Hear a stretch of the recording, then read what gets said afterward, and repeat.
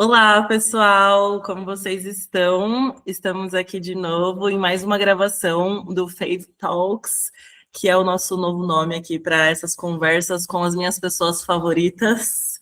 E para quem não assistiu a primeira gravação, eu gravei com a Brisa, que é uma missionária lá do Equador, e hoje eu estou muito feliz de poder ter essa conversa com uma grande amiga minha, a Ana Teresa. Oi, gente, que alegria estar aqui com vocês, que alegria ser uma convidada e estar aqui com a Lígia, essa mulher tão preciosa, essa amiga tão amada. Estou muito animada para tudo que a gente vai construir aqui juntas nesse podcast hoje. Sim, e para quem, provavelmente, se você está assistindo e você é um amigo meu, você ou conhece a Ana Teresa ou você já ouviu falar da Ana Teresa, mas a ideia é que essa conversa seja mais uma conversa onde a gente continue promovendo o conhecimento daquilo que nós temos vivido e buscado viver com Jesus, falar um pouquinho dos nossos testemunhos, mas acho que para poder ter um primeiro ponto, Ana, se você pudesse apresentar, falar da onde você é, e depois a gente fala também como a gente se conheceu. Uhum. Então, gente, eu sou de João Pessoa, na Paraíba, tenho 29 anos e sou psicóloga e também sou missionária, então atuo ali um pouquinho nesses dois, como psicóloga, como missionária, e é isso.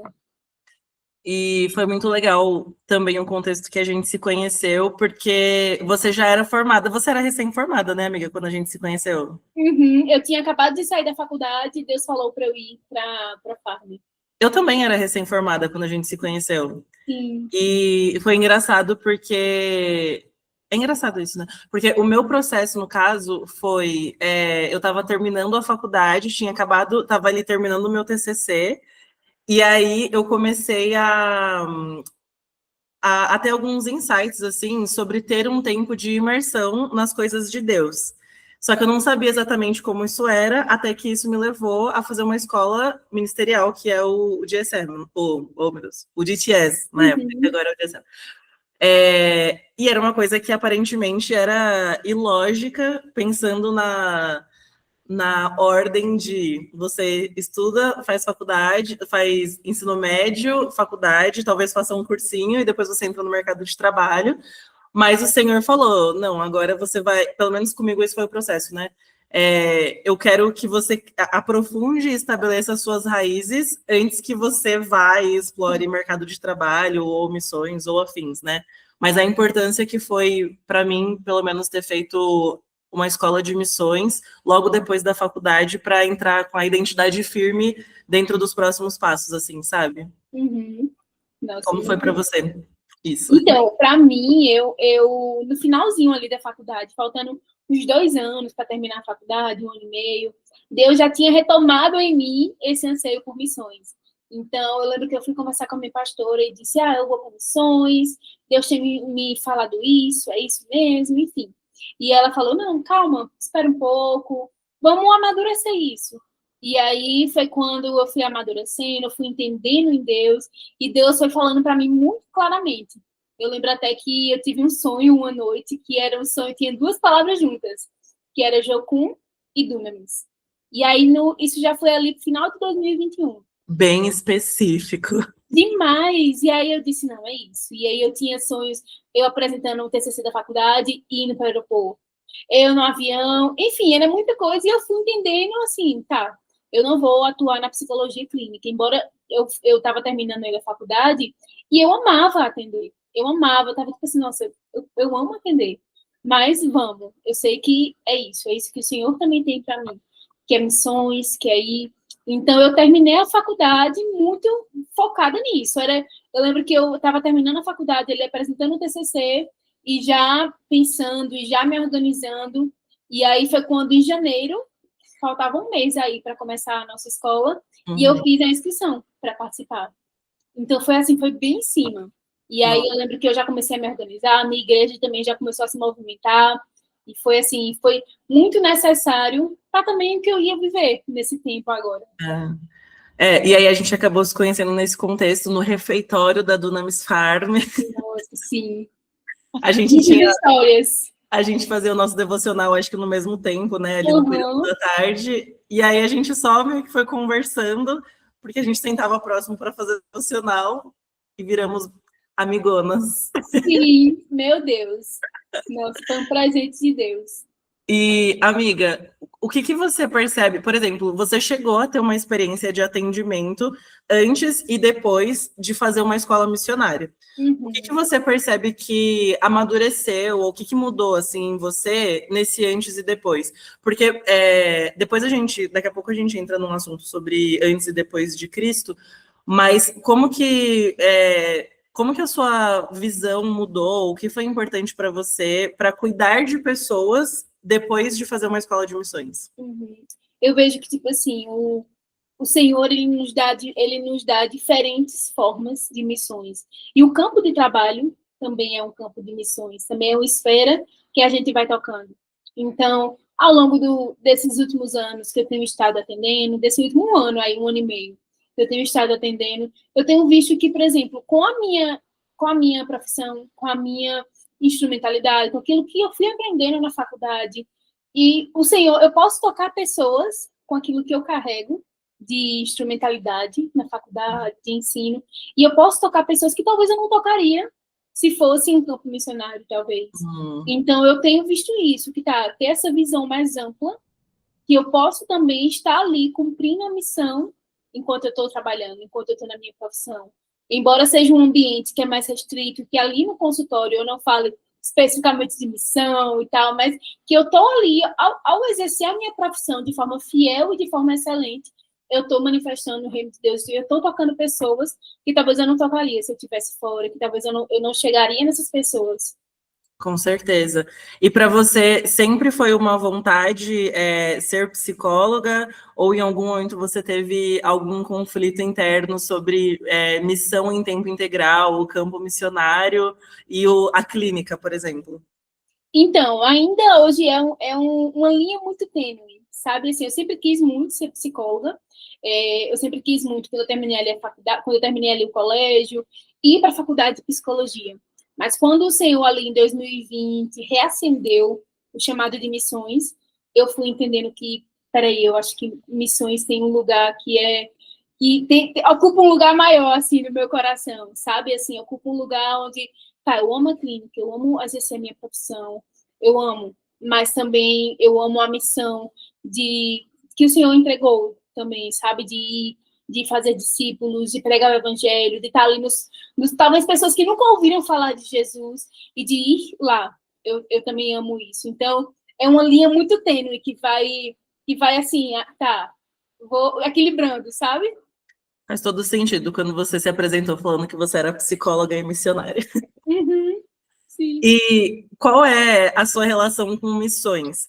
Porque, por exemplo, a gente falou que a gente fez uma escola de missões, que basicamente a gente ficou 3 meses aprendendo como fazer missões e 3 meses fazendo missões no campo, evangelizando, capacitando igrejas com ferramentas que a gente aprendeu durante a nossa fase teórica, para que essas igrejas também continuassem expandindo a capacidade de evangelismo dos membros, de adoração, de ensino bíblico, enfim, acho que é muito o papel do missionário isso, né, de alcançar, capacitar, enfim.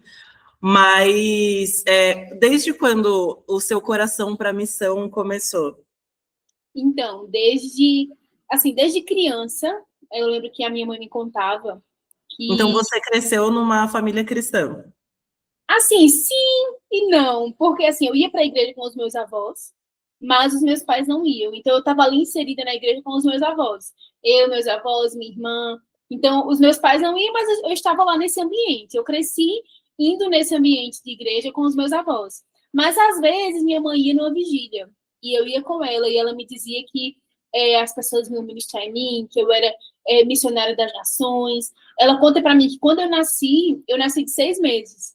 Então, ela me fala que uma mulher da igreja da minha avó foi lá na maternidade e disse que o Senhor tinha um propósito para minha vida, que eu ia para as nações e tal. Então, assim, vem desde muito nova. Sendo que quando eu fui crescendo, fui sendo adolescente, ok, foquei nisso de construir uma profissão. Embora eu liderasse, assim, pequenos grupos na escola, eu lembro que eu fazia pequenos intervalos de ir ali todo mundo louvar. Então, já tinha isso ali de missões, só que estava meio esquecido. Já era uma pregadora desde sempre. Então, foi algo que eu já estava inserida, mas não estava despertado, sabe? Assim, não estava ali ligado. E aí eu lembro que na igreja anterior que eu fiz parte, eu fazia parte do Ministério de Missões, e que tinha esse departamento lá. Então, eu era desse departamento. Mas foi em 2020, quando o Senhor, assim, olha, é realmente isso que eu tenho para você. E eu, nossa, é verdade. Entendi agora. Teve alguma relação com o Descendo ou não? Não, eu não conhecia tanto, assim, o Dunamis, nem o Descend. Não teve, mas, assim, foi bem no meio da pandemia, quando começou a pandemia, que Deus foi me mostrando, Deus foi me revelando. Assim, a pandemia foi um momento que foi muito difícil para mim, porque eu perdi, assim, o meu avô, que era o meu pai, mas também foi um tempo de muita glória. Foi um tempo onde eu tinha muitos encontros com o Senhor. Ali, meu Deus do céu, foi o tempo de maior destravar de destino, assim, na minha vida. E, por exemplo, por mais que você era envolvida com o Ministério de Missões na igreja, você já tinha feito alguma viagem missionária? Ou como foi a sua primeira viagem missionária? Quando e como, né? Não, eu não tinha feito nenhuma viagem missionária quando eu era desse departamento. Mas na minha igreja atual, que eu estou lá há 9 anos, eu já fazia parte do Ministério de Missões, eu liderava evangelismo, que foi ali em 2018, 2019. A gente foi para o sertão aqui na Paraíba. Então, eu ia nessas viagens missionárias. Antes mesmo de você ser despertada ao que realmente significava a grande comissão, né? Sim, e eu já tinha ido em 2019, eu fui para uma base missionária chamada Shores of Grace, em Recife. Passei Sim. um mês lá e foi, tipo assim, muito bom e tal. Mas para mim era só aquela coisa, tipo assim, vou, passo um tempo, vou, sirvo, vou, tô ali. Mas aí foi só depois que eu teve essa chave, assim, virada. Sim. E aí, então, vamos dizer que a sua primeira viagem missionária já com a chave virada foi o Outreach, o prático do DTS. Sim. Como foi para você perceber que agora você estava fazendo parte, estava sendo obediente à grande comissão do Senhor? Porque antes talvez você ia como parte da multidão, né? Então você está ali, você está participando, você está sendo útil, mas sem de fato o entendimento. E agora você já ia como com o encargo de uma discípula. Tipo, você entendia a sua responsabilidade em fazer aquilo, né? Sim, e foi um destravar muito grande, assim, porque essa minha primeira viagem missionária, que depois desse despertar, assim, inclusive foi uma viagem missionária que foi para fora do Brasil, foi para a Europa. Então, foi o primeiro país que a gente pisou foi a Suécia. Então, todo mundo lá falando inglês, tudo muito diferente, mas eu tinha tanta sede. E, tipo assim, eu preciso pregar o evangelho. Eu não sei como vai ser, não sabia tanto falar inglês, mas eu preciso pregar o evangelho, eu preciso cumprir a grande comissão. Então, foi algo que foi muito... Eu fui muito esticada, mas também fui muito impulsionada, assim. Fui muito... Tá, eu preciso ir. Eu lembro que tinha vezes nesse primeiro lugar que a gente chegou, e nessa primeira viagem missionária, assim, onde eu chegava chorando para os meus líderes, dizendo, eu preciso saber falar, eu preciso saber me comunicar de forma fluida, porque isso queima dentro de mim. Mas foi sendo um processo. E quando já estava no final da viagem, eu já estava tendo palavras de conhecimento em inglês. Já estava, assim, muito mais fácil. Então, foi algo que foi crescendo, assim, foi sendo essa construção. É muito legal pensar e perceber que isso é algo que a gente faz com o Senhor, né? Por exemplo, Jesus não só comissionou os discípulos e falou, vão e preguem o evangelho, e é isso, se virem, porque tudo que eu tinha para ensinar para vocês eu já ensinei. Não, o Senhor falou para que, inclusive, antes deles começarem a fazer isso, eles aguardassem em Jerusalém, para que eles recebessem o Espírito, e aí sim, eles começariam a colocar em prática, continuariam, na verdade, né? Colocando em prática aquilo que Jesus tinha ensinado ensinado para eles, só que sem a presença física de Jesus agora, só que com o Espírito de Deus dentro deles, né? Sim. E isso foi uma das coisas que me marcou muito durante as viagens missionárias da escola, porque eu lembro que eu ficava muito aflita, assim, na hora de começar a fazer evangelismo. Eu acho que eu tive uma reação contrária à sua, assim, eu não chorava para os meus líderes falando que eu tinha dificuldade, mas eu ficava com raiva, e eu de raiva fazia, sabe? Uhum. Vai ter que ir, vai ter que dar Não, certo. exatamente, assim, a gente tinha o cronograma, né, da nossa escola, e aí, por exemplo, tinha X carga horária de evangelismo, X carga horária de adoração, X carga horária de Uhum. intercessão, tudo mais. Cara, quando era o horário de fazer evangelismo, nossa, para mim, internamente, era uma tortura, assim, eu ficava, o que, que eu vou falar para as pessoas? Como que eu vou me expressar? A questão da língua, às vezes, não foi tão impeditivo, assim, por mais que, por exemplo, um dos países que a gente foi Itália, mas porque a gente tinha os adolescentes da igreja que estavam lá para traduzir a gente durante o evangelismo, só que, querendo ou não, eles estavam lá só para traduzir a gente. Então, a gente teria que conduzir a conversa de qualquer maneira. E aí, foi engraçado que durante essas primeiras semanas, eu orava sobre isso, e eu não orava chorando, eu orava com raiva mesmo, tipo assim, Deus, eu sei, não sei se dá para ver que tá passando um helicóptero aqui. Não, ó, Deus, eu sei que isso é bíblico, mas para mim é muito difícil fazer isso. O que eu vou falar para as pessoas? Como que eu vou me expressar para elas? E se o Senhor não revelar nada ao meu coração? E aí foi engraçado que, mesmo assim, eu ia, tipo assim, respirava fundo e vamos nessa. E era engraçado porque era uma batalha mental minha. Porque aí o evangelismo acontecia, e aí depois as pessoas, algumas meninas do meu grupo vinham falar comigo e elas falavam assim: no próximo evangelismo eu vou querer ir com você, porque você é muito corajoso. Meu Deus! Eu, assim, cara, mal elas sabem que eu tô numa batalha espiritual na minha mente. Mas aí o engraçado era que depois que passava, a gente fazia o evangelismo e a gente via os frutos, a gente via as pessoas interessadas em ouvir aquilo que a gente falava para elas, em falar sobre vida eterna, em falar que Deus amou tanto elas que entregou o seu único filho para morrer pelos pecados dela e que agora, através do Filho de Deus, elas poderiam ter a vida eterna novamente, porque elas foram reconciliadas. Assim, a sensação de ver a fome daquelas pessoas em ouvir o evangelho, ela era tão gratificante pós-evangelismo, pós toda aquela tribulação, que eu levava isso para o Senhor e eu falava, Deus, como isso é possível? E eu deixava o Espírito Santo me ministrar e me explicar o que a gente fez no evangelismo. E foi engraçado porque depois desse primeiro mês, principalmente, depois desse primeiro mês ficou muito claro para mim que eu via o Espírito Santo como um professor de evangelismo. Nossa. Então, depois que eu saía, tipo, de alguns evangelismos, parecia que eu recebia um feedback do Espírito Santo, sabe? Olha, tipo, um incentivo, assim, que legal que você abordou dessa maneira. Viu como não foi tão difícil, você estava com medo de ter falado tal coisa? Olha, da próxima vez, tenta não interromper o que a pessoa vai estar falando, porque é importante que ela seja ouvida. Enfim, foram muitos insights, assim, que eu fui vivendo no meu relacionamento com o Senhor enquanto eu estava evangelizando.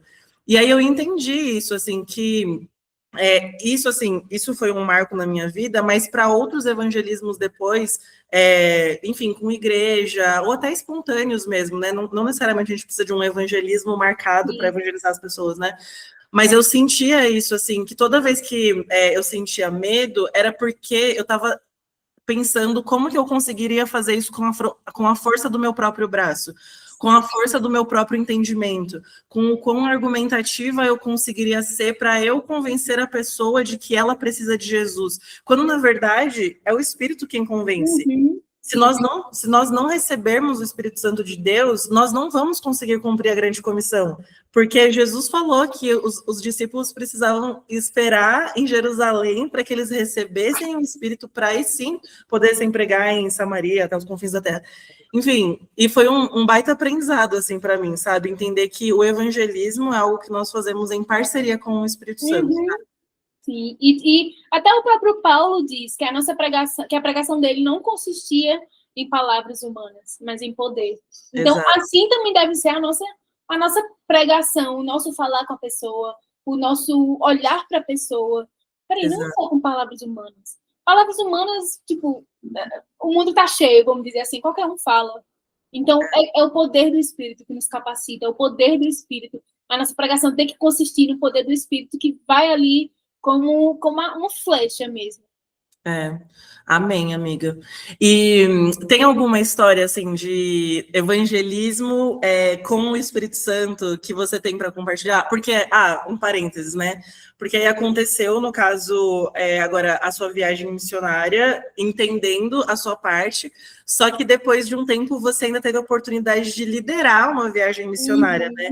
Então agora não é só com a compreensão de qual é o seu papel na grande comissão, mas despertando outras pessoas que você estava liderando a entenderem o papel delas também na grande comissão, né? Como foi isso, assim? E se você tiver algum relato, assim, para compartilhar de alguma das viagens que você fez também.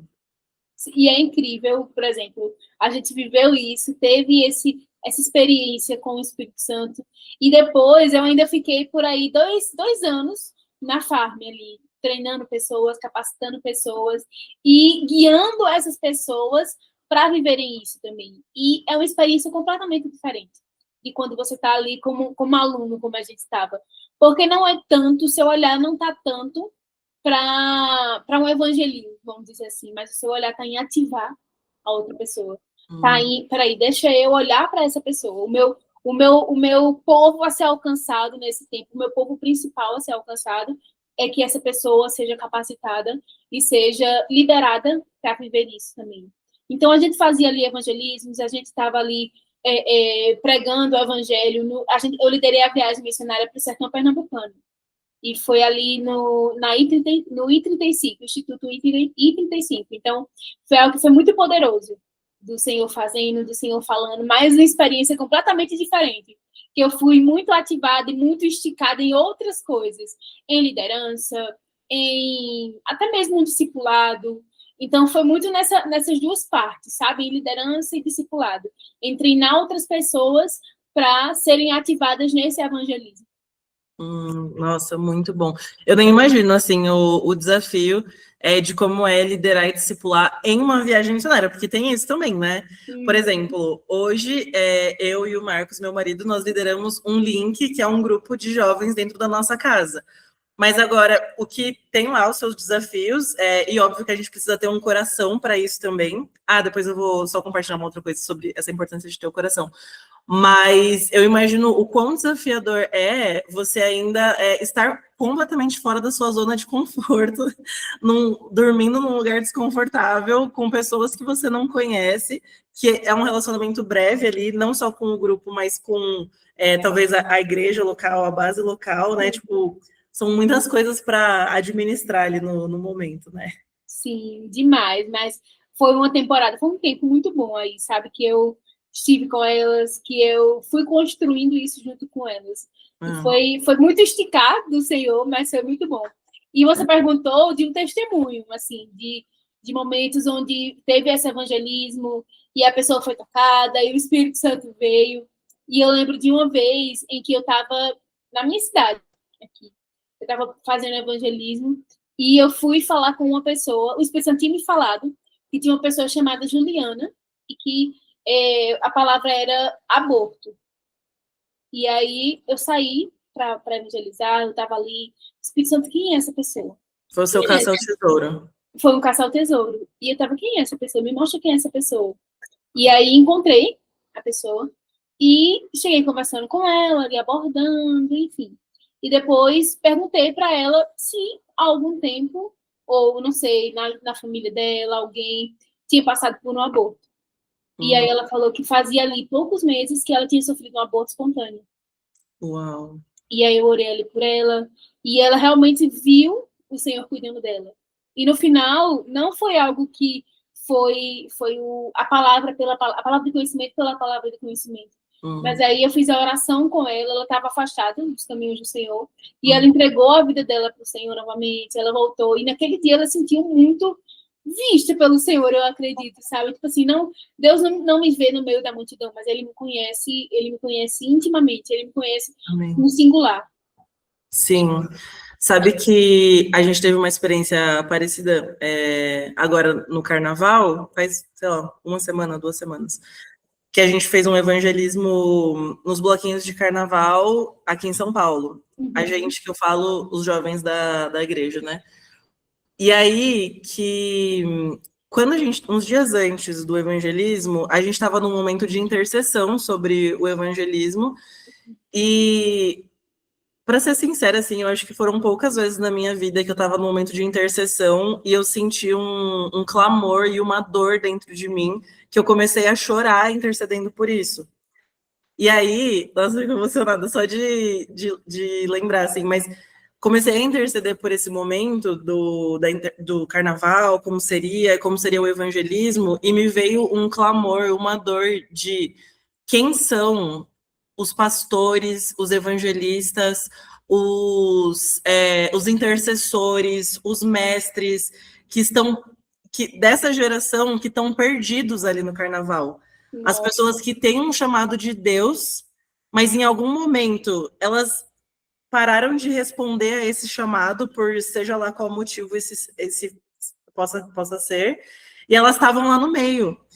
E, cara, se não fosse o Espírito Santo para colocar isso no meu coração, primeiro que eu nunca pensaria nisso, e outro, eu nunca conseguiria encontrar quem são essas pessoas se não fosse o Espírito Santo direcionando. Porque, sei lá, é uma coisa muito específica, não é uma coisa que você vê. Tipo assim, você tá com uma corrente escrito sou pastor, sabe? Beleza, e aí eu chorando, assim, tipo, Senhor, quem são essas pessoas? O Senhor mostraria pra gente quem são essas pessoas, para que nós possamos encontrar essas pessoas? Será que nós podemos encontrar essas pessoas junto com o Senhor? Porque o Senhor tem buscado alcançar o coração dessas pessoas. O Senhor pode contar com a gente para fazer isso junto com o Senhor? E chorando, assim, orando isso. E aí, passou uns dias, a gente foi fazer o evangelismo.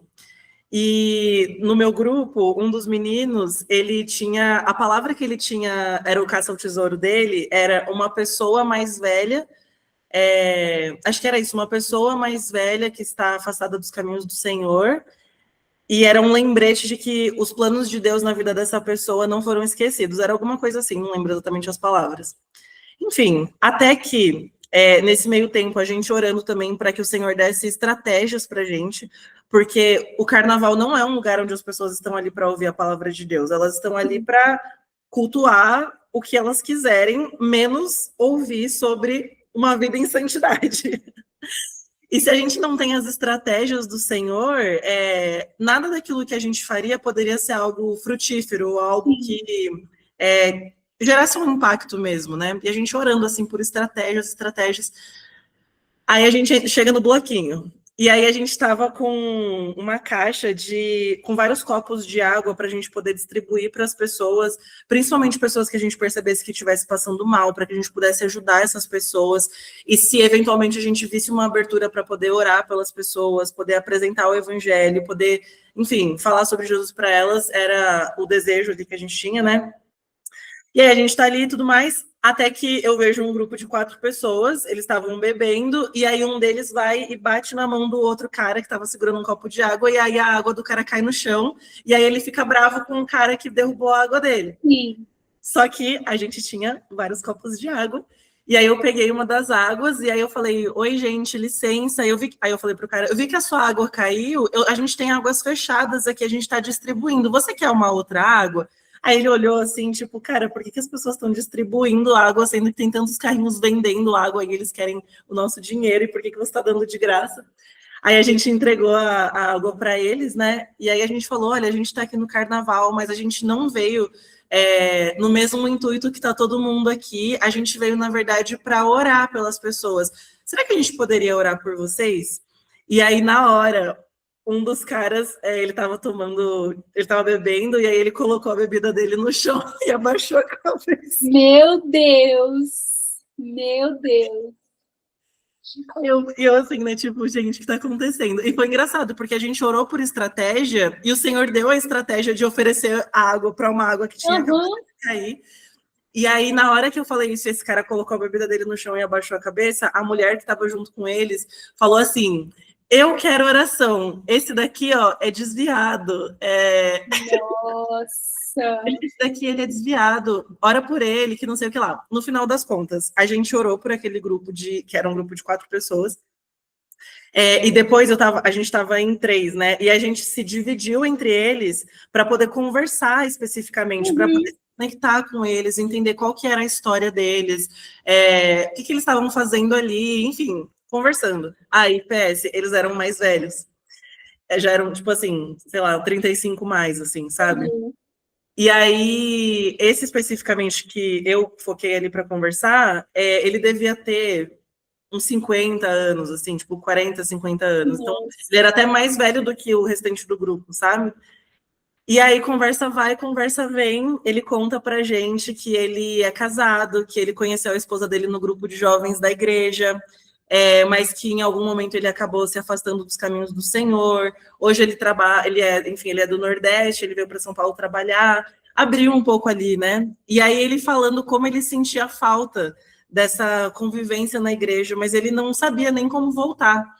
E aí nisso o menino que estava junto comigo falou: era para você a palavra. E aí eles tinham escrito no papel a palavra de alguém mais velho que estava fora dos caminhos do Senhor, mas que o Senhor gostaria de lembrá-lo dos planos dele.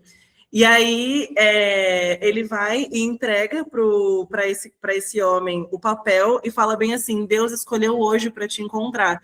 E a gente começou a orar por esse cara. E enquanto a gente estava orando, eu senti sobre ministério. Tipo, eu falei assim, ministério? E aí eu peguei e perguntei para ele, né? Falei bem assim, nossa, quando a gente estava orando, eu tive uma sensação muito forte sobre um chamado ministerial sobre a sua vida.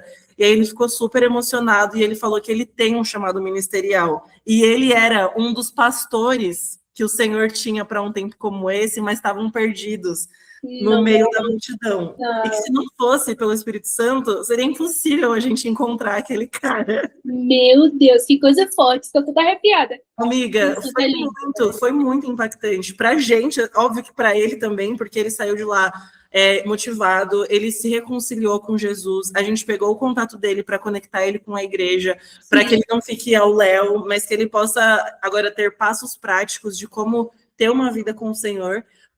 Mas óbvio que isso foi muito impactante para ele. E ele assim, eu preciso voltar para minha casa para contar para minha esposa isso que acabou de acontecer. Nossa! Mas para a gente, isso foi assim um motivador tão grande de a gente literalmente fez isso com o Espírito Santo.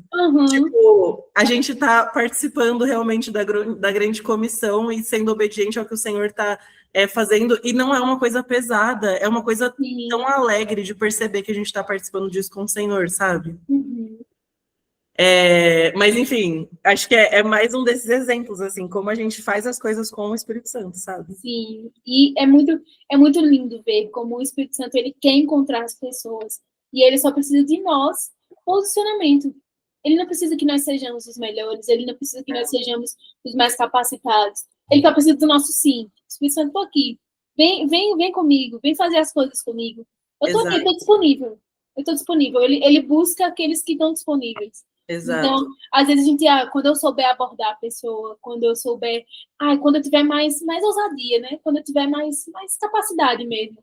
Mas peraí, o que tá no coração do Espírito Santo? O que você tem buscado nele? Você só precisa dizer, tô aqui, Espírito Santo, eu quero fazer as coisas contigo. Eu tô disposto. Eu não sei como é que eu vou falar, eu não sei como é que vai ser.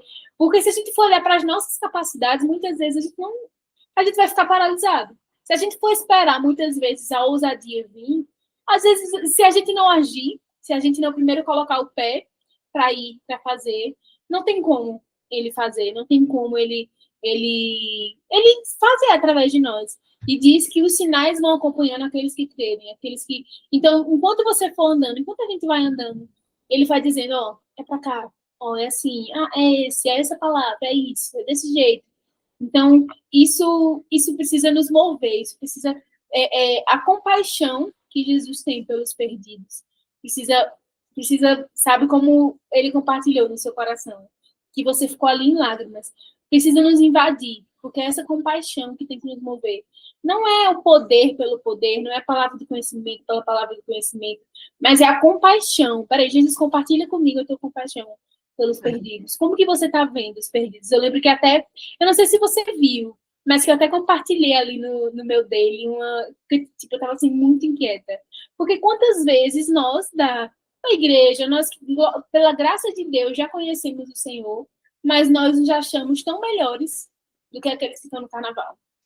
Ah, não, disso aí eu não participo. E glória a Deus que eles não participam. Isso é ótimo, isso é muito bom.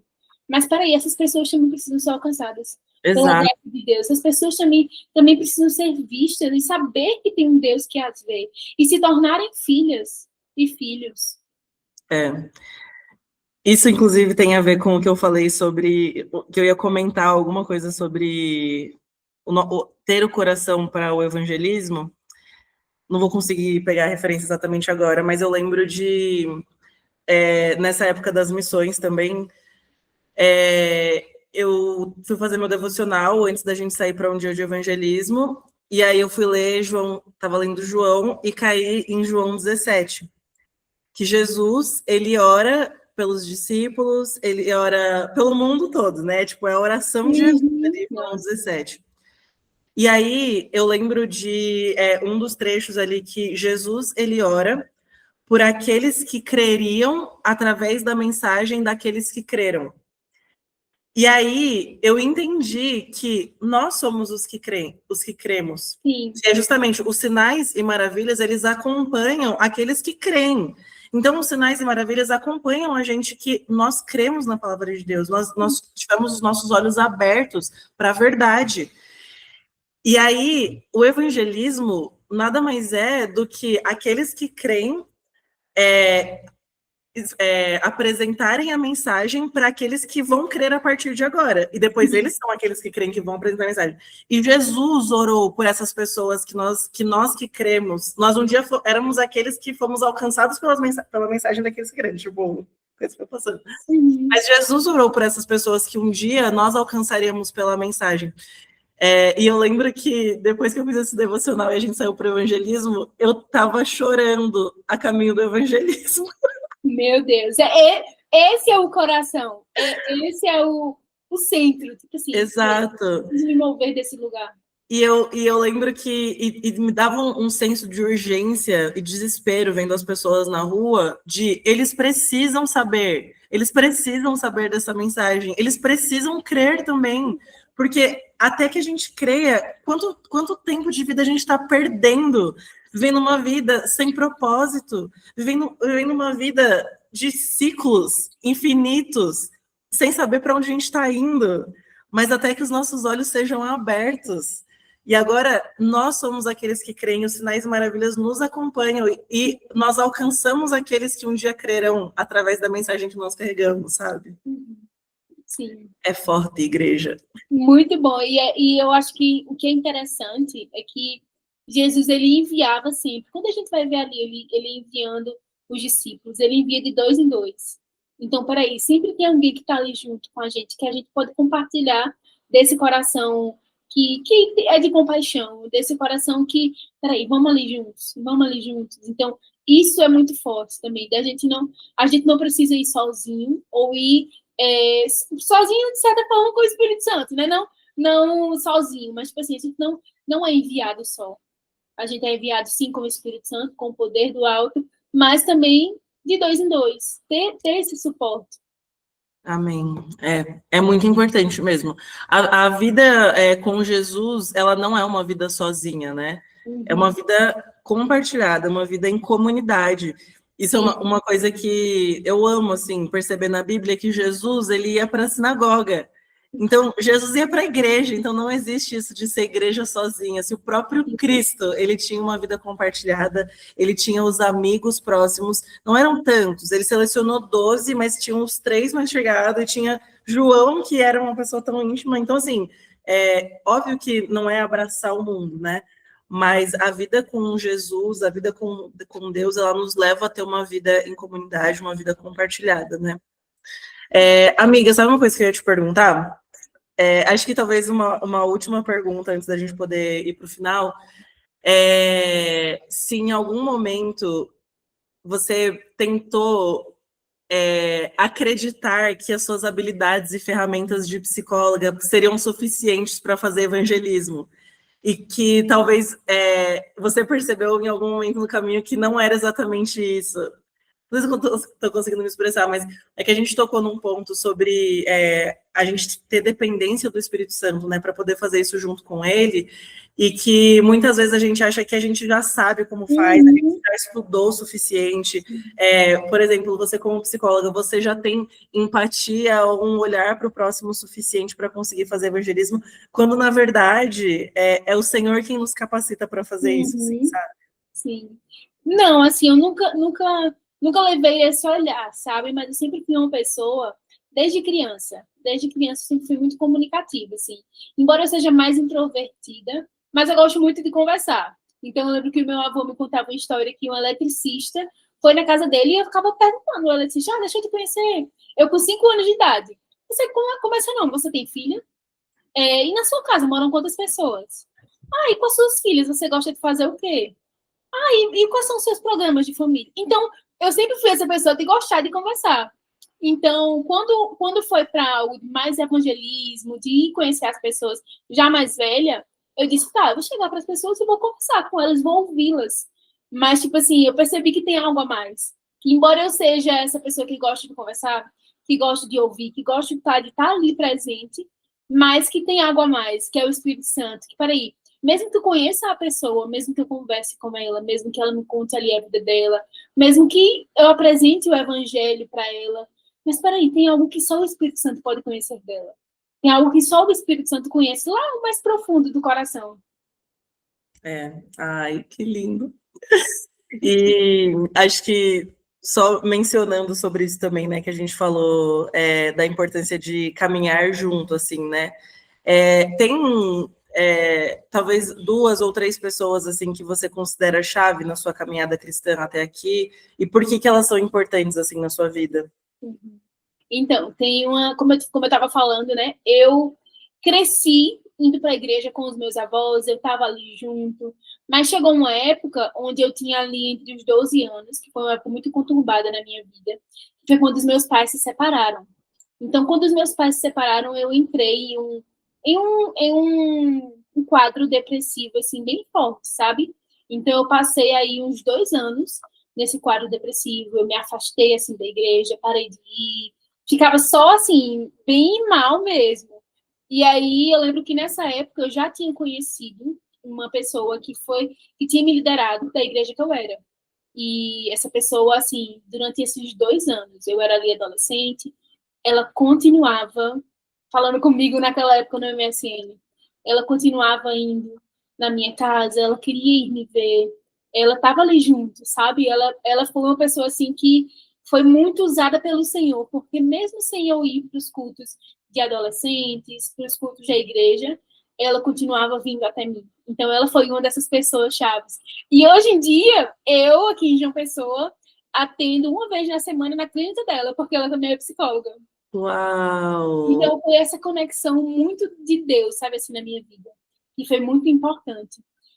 Uma outra conexão, assim, que eu acredito que foi importante, assim, na minha caminhada, na minha história, é a pessoa que hoje em dia é a minha pastora, minha líder. Que até você conheceu também, é Diomari, assim. Quando eu cheguei na igreja que eu tô hoje, eu cheguei muito ferida, sabe? Com muitas coisas, não da igreja que eu era, mas assim, da minha vida mesmo. Coisas que estavam em oculto, coisas que a nossa história, a gente passa muitas vezes por momentos muito doídos, muito dolorosos. E o nosso cérebro, ele acaba, isso aqui doeu tanto, que vamos deixar para lá, vamos esquecer. E para nossa proteção mesmo, ele faz isso. Então, chegou uma época ali onde Deus foi me direcionando para a igreja que eu sou hoje, que faz aí uns 9 anos. Quando eu cheguei lá, eu estava muito quebrada. Deus estava me mostrando muitas coisas que eu tinha vivido, muitas coisas, muitas dores que eu já tinha passado.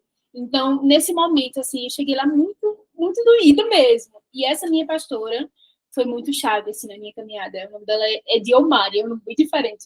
Mas ela foi muito chave. E deixa eu ver quem mais.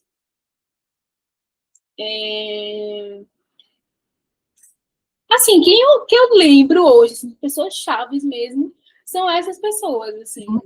E tem uma outra pessoa que, assim, tem sido muito chave na minha vida nesses últimos 3 anos, 4 anos, que é a Aisha. Que, tipo assim, ela é um presente muito grande de Deus. A gente viu muita coisa juntas, desde a Farm.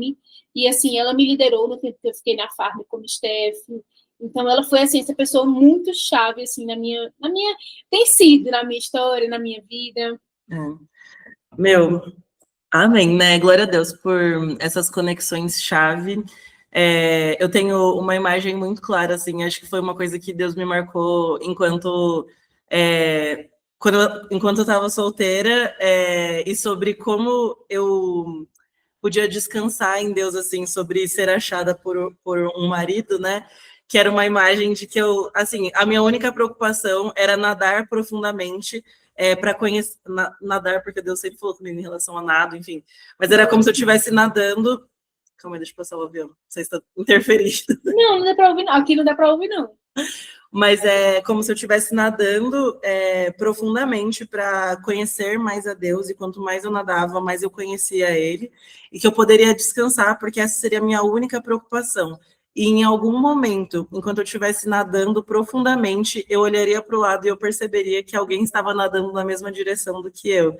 E eu descansei nessa palavra até que eu percebi que em algum momento eu e o Marcos a gente estava indo para a mesma direção e fazia sentido que a gente nadasse juntos. Sim.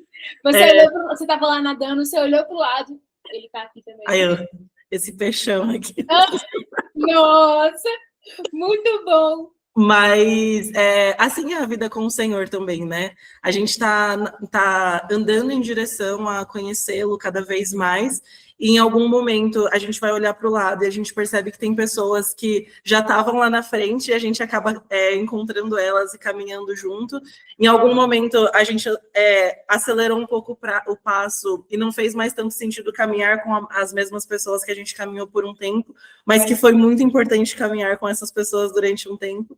Mas a importância e a necessidade da gente reconhecer essas pessoas e valorizar, assim, esses relacionamentos, né? Eu estou lendo um livro que chama Relacionamentos de Aliança, que fala muito sobre isso, assim, os relacionamentos que nós temos durante a nossa vida com o Senhor, e a necessidade que nós temos de relacionamentos profundos, sabe?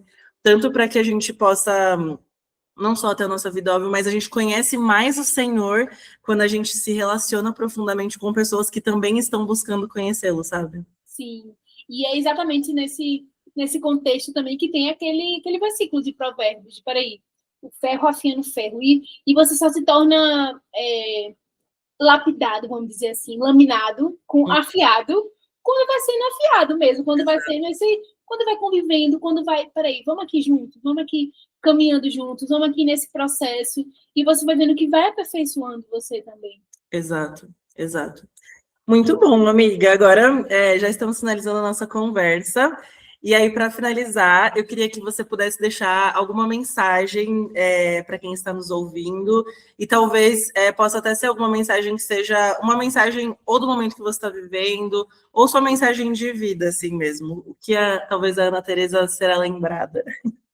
Então, uma coisa que eu gosto muito de falar, que eu gosto muito, tipo assim, acho que quem encontra comigo vai me ouvir falando, tipo assim, que é a ousadia de pregar o evangelho. Tipo assim, você precisa se mover ousadamente para pregar o evangelho. Foi o que eu falei aqui na nossa conversa, que, peraí, você não espera ser capaz, você não espera, vai chegar um tempo onde eu vou ter essa força e vou lá evangelizar, e vou lá falar com alguém, vou lá apresentar o evangelho para o meu vizinho, vou lá entregar uma palavra de conhecimento para a pessoa do supermercado, e vou lá no meu trabalho e orar por uma pessoa. Mas, peraí, você vai se movendo naquilo que você quer mesmo, naquilo que o Espírito Santo vai colocando em você. Porque não é na sua força, não é nas suas capacidades, mas é naquilo que ele coloca em você. Então, se você é cristão, se você já tem o Espírito Santo, você tem o selo do Espírito Santo, você é cristão, você tem o selo do Espírito Santo, você tem esse relacionamento, acesso ao Pai, então você pode ir, você é comissionado para ir. Então é algo que eu falo assim muito, e não é só com palavras humanas que você vai, mas é no poder do Espírito que está disponível para nós, porque o mundo espera, não é a manifestação dos evangelistas, não é a manifestação dos pastores das igrejas, não é a manifestação sei lá, dos músicos, não, é a manifestação dos filhos de Deus.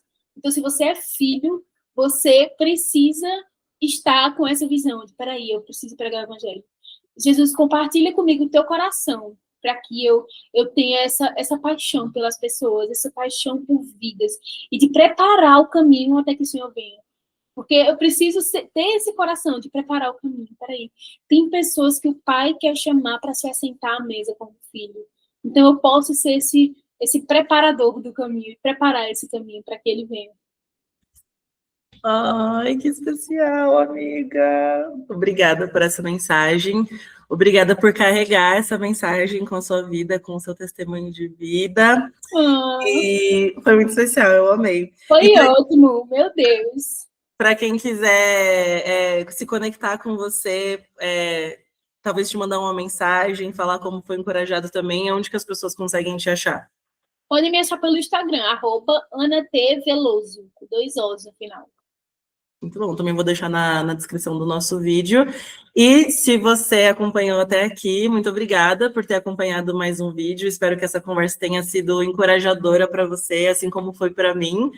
Que você também possa ser conectado a muitas pessoas, amigos de Deus, assim como eu tenho sido abençoada por algumas amizades, como a amizade com a Ana. E se você quiser, pode deixar um comentário aqui embaixo, ou também me mandar um feedback no meu Instagram, que é Lígia Favorito. Vou deixar tudo aqui embaixo. Até a próxima, pessoal. Foi ótimo. Um beijo. Beijos.